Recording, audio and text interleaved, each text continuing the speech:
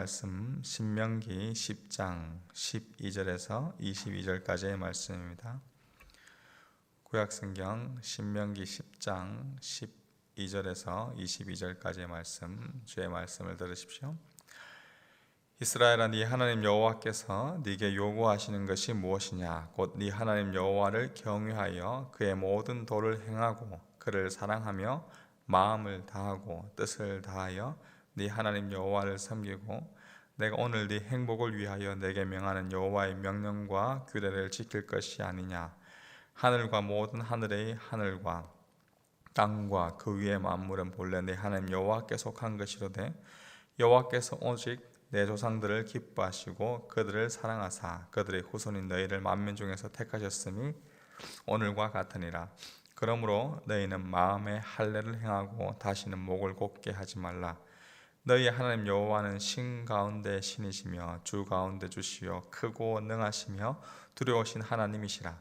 사람을 외모로 보지 아니하시며 뇌물을 받지 아니하시고 과와 과부를 위하여 정의를 행하시며 나그네를 사랑하여 그에게 떡과 옷을 주시나니 너희는 나그네를 사랑하라. 전에 너희도 애굽 땅에서 나그네 되었음이니라.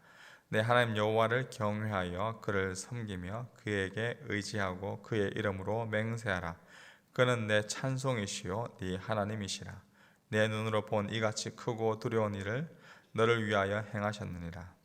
애굽에 내려간 내 조상들이 겨우 70인이었으나 이제는 내 하나님 여호와께서 너를 하늘의 별같이 많게 하셨느니라. 아멘. 오늘도 이 기도의 자리에 나오신 여러분들을 환영하고 축복합니다. 보통 우리가 이 자리에 나와 기도하는 이유는 하나님께 찾고 또 구하고 바라는 것이 있기 때문에 이 자리에 나와 아뢰입니다. 찾고 구하고 또 그분께 요청하는 것은 좋은 일입니다. 하나님 아버지, 오늘도 당신의 도움 없이는 단 하루도 살 수 없는 자입니다. 주여 긍휼히 여겨 주시옵소서. 우리의 필요를 구하는 것이 지극히 정상적인 것이죠. 텀방학 중인 저희 아들이 엄마에게 이것저것 먹고 싶다는 그런 요구를 하였습니다. 옆에서 아내를 보고 있으면 자신은 피곤함에도 불구하고 그러한 아들의 요구에 음식을 하는 모습을 보고 참 엄마는 대단하다라는 생각을 늘 하게 됩니다. 보통 무엇인가 요청한다는 것은 필요로 하는 대상이 이러한 요구를 들어줄 수 있는 그러한 대상에게 합니다. 우리가 이 새벽에 나와 기도하는 것도 하나님이 우리의 요구를 들어주실 것이라는 그러한 믿음이 있기 때문에 그렇습니다. 그런데 오늘 말씀 시작 부분에 보면 하나님이 이스라엘에게 요구하시는 것이 있다고 합니다. 하나님은 부족함이 없으신 분입니다. 모자람도 없으신 분이십니다. 누군가에게 요구할 필요도 없으신 분입니다. 그런데 오늘 말씀에는 하나님이 요구하시는 게 있습니다. 그것이 무엇입니까?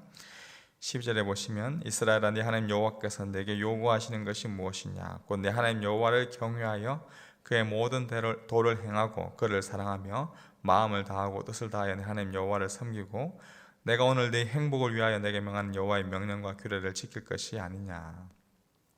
하나님은 하나님의 백성인 이스라엘 백성들이 하나님을 잘 경외하고 사랑하고 여호와를 잘 섬기고 그 명령과 규례에 순종하기를 요구하고 있습니다. 왜 하나님은 하나님의 백성들이 하나님을 경외하고 사랑하고 섬기고 그들의 순종하기를 요구하실까요? 하나님은 이미 그 누구의 경외를 받지 않으셔도 존중받기에 합당하시며 모든 만유의 주인이 되십니다.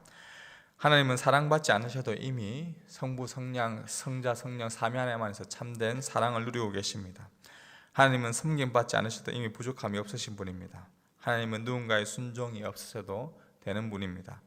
그럼에도 하나님은 친히 우리를 향해 한 가지 소원을 가지시고 우리에게 요구하고 있습니다. 왜 그렇습니까? 13절에 보니까 내가 오늘 너 행복을 위하여 라고 말씀합니다. 그렇습니다. 바로 하나님의 백성 이스라엘의 그 행복을 위하여 하나님께서 친히 요구합니다. 사랑하는 주의 백성 여러분, 진정한 행복은 어디에서 찾아옵니까? 여러분은 언제 행복하십니까? 가장 기본적인 행복은 바로 하나님께서 자신의 백성들에게 친히 요구하신 그 요구, 우리가 마음을 다하고 뜻을 다하여 이 하나님의 요구를 지킬 때 우리에게 행복이 찾아옵니다. 행복의 시작은 바로 하나님과 우리의 관계입니다. 여호와 하나님이 요구하시는 것, 즉 자신을 경외하고 사랑하고 잘 섬기고 말씀에 순종하라는 것은 하나님과 바른 관계를 맺으라는 말씀입니다. 하나님과의 바른 관계 속에 있을 때 우리 인간은 가장 행복한 것이죠.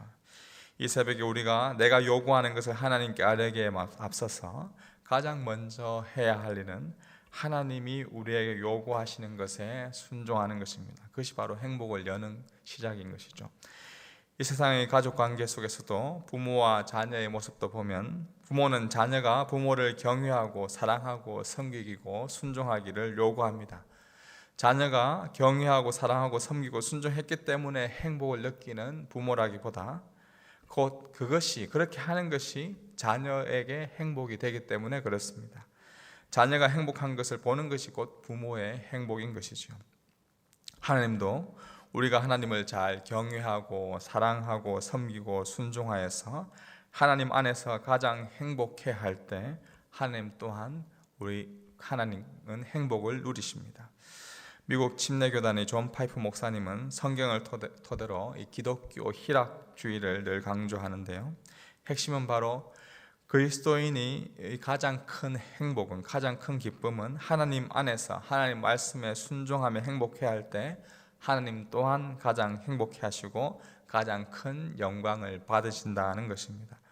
오늘 이 새벽에 우리가 주님 앞에 원하는 요구를 아뢰기에 앞서서 하나님께서 요구하시는 것을 따름으로 하나님을 경외하고 사랑하고 그분을 섬기고 그분 앞에 순종하며 나아갈 때 참된 행복을 누리는 이 아침이 되기를 주님의 이름으로 축복합니다.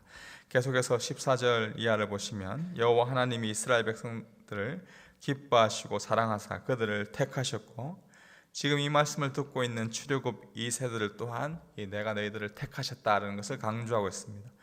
그러면서 16절에 다음과 같이 권면하고 있습니다. 그러므로 너희는 마음의 할례를 행하고 다시는 목을 곧게 하지 말라. 여기 마음의 할례를 행한다라는 이 말을 문자적으로 보면 마음의 포피를 잘라내라는 말입니다. 무엇이든지 사람의 마음이 하나님을 경외하고 사랑하고 순종하는데 방해가 되는 그러한 우리의 마음들이 있다면 과감하게 그것들을 제거해라, 잘라내는 것, 그것이 마음의 할례를 행하는 것이다 라고 볼 수 있습니다. 이어지는 이 목을 곧다, 목이 곧다는 표현과 연관지어 설명하면 마음의 포피를 제거하지 못한다면 목이 곧아지게 됩니다. 마음의 할례를 행하여 곧은 목이 숙여질 수가 있습니다. 정리하면 계속해서 내 마음속에서 순종을 방해하는 여러 가지 포피들이 우리 마음속에 자랄 때마다 그것을 과감하게 제거하고 잘라낼 때 우리는 하나님께 겸손하게 순종함으로 나아갈 수 있습니다. 하나님을 경외하는 가장 행복한 자로 저와 여러분을 불러주셨지만 여전히 우리 마음속에는 여러 가지 제거해야 할 포피들이 가득 차 있습니다. 이것이 우리를 교만하게 하고 하나님 앞에서 불순종하게 하고 불행하도록 우리를 만들어버립니다. 그렇기에 우리는 마음을 늘 할례를 받게, 마음의 할례가 늘 필요 있습니다. 어떻게 이것이 가능합니까? 바울이 빌립보 교회에 보낸 편지를 우리가 기억할 필요가 있습니다.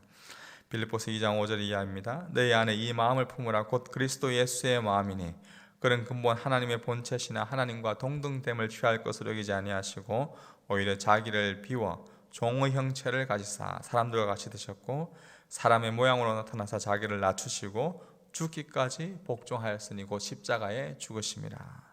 겸손하게 철저히 자기를 비우시고 포피를 제거하시고 철저히 낮아지시고 마음의 할례를 받아서 십자가에서 죽으신 예수님, 바로 그분의 마음을 품고 매일매일 살아가는 것이 우리 행복의 비결인 것입니다. 나아가 마지막으로 이러한 마음으로 살아가는 사람은 자연스럽게 다른 사람을 향하여서도 이웃을 향하여서도 어떤 마음과 어떤 삶을 살아가게 될까요? 고아와 과부를 위하여 정의를 행하신 하나님, 나그네를 향하여 떡과 옷을 주신 그 하나님을 신뢰하며 우리 주위의 이웃을 사랑하고 그 사랑을 전하는 삶을 사는 것이 바로 행복하게 살아가는 삶의 비결입니다. 19절에 보시면 너희는 나그네를 사랑하라. 전에 너희도 애굽 땅에서 나그네 되었습니다.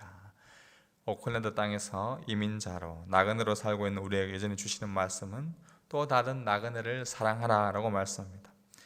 예수님은 하늘 본향을 떠나서 이 땅에 나그네로 우리 가운데 오셨습니다. 가장 비천하고 소외당하고 가장 연약한 자들을 직접 찾아가서 나그네로 오신 그분이 나그네들을 찾아가서 그들을 위로해주고 그들의 피로를 채워오셨습니다. 주님의 마음으로 섬겨야 할 우리의 이웃들을 감사함으로 섬겨가는 것, 그것이 우리가 참된 행복을 누리는 비결입니다. 행복이라는 찬양 가사에 이런 구절이 나옵니다. 화려하지 않아도 정결하게 사는 삶, 가진 것이 적어도 감사하며 사는 삶, 내게 주신 작은 힘 나눠주며 사는 삶, 이것이 나의 삶의 행복이다. 우리가 나그네로 살아가면서 또 다른 나그네를 사랑하고 섬기며 나눠줄 수 있는 그 이유, 그 원동력이 어디에서 나옵니까? 전에 이스라엘 백성도 애굽 땅에서 나그네로 머물렀지만 그들을 하나님께서 출애굽하여 주셨습니다. 전에 이스라엘 백성도 애굽 땅에서 나그네로 머물렀지만 그들이 21절에 나오는 것처럼 크고 두려운 일들을 그들을 위하여 행하신 그 하나님의 은혜들 그들을 맛보았던 것입니다. 10가지 재앙 속에서 그들을 구원하여 주셨고요, 홍해 바다를 건너게 하셨고 불과 기둥으로 그들을 인도하시고 매일 만나로 그들을 먹이셨습니다. 이 모든 일들을 통해 이스라엘을 인도하신 것처럼 오늘날 저와 여러분도 하나님이 친히 우리를 인도하고 계십니다. 저로부터 우리를 구원하시기 위하여서 이 땅 가운데 예수 그리스도를 보내주셨고 오늘 이 하루를 살아갈 수 있도록 우리의 힘으로 살아가는 것이 아니라 성령께서 우리의 삶을 살아가실 수 있도록 우리 가운데 성령을 내주하게 하셨고 그 성령 충만함으로 크고 두려운 일들을 만날 때마다 승리하게 하시고 은혜를 베풀어 주시는 분이 우리 하나님이십니다. 그분의 은혜와 사랑을 찬양하며 감사하는 이 새벽이 되기를 소망합니다. 하나님은 저와 여러분을 구원하시고 찬송받기에 합당하신 분입니다. 오늘도 여전히 그분과 함께 이 나그네의 길을 걸어갈 수 있는 것이 또한 은혜이고 또한 또 다른 나그네들을 사랑으로 품고 나아가는 한 걸음 한 걸음 걸어가는 이 복된 삶 되기를 주님의 이름으로 축복합니다. 우리 아까 불렀던 찬송가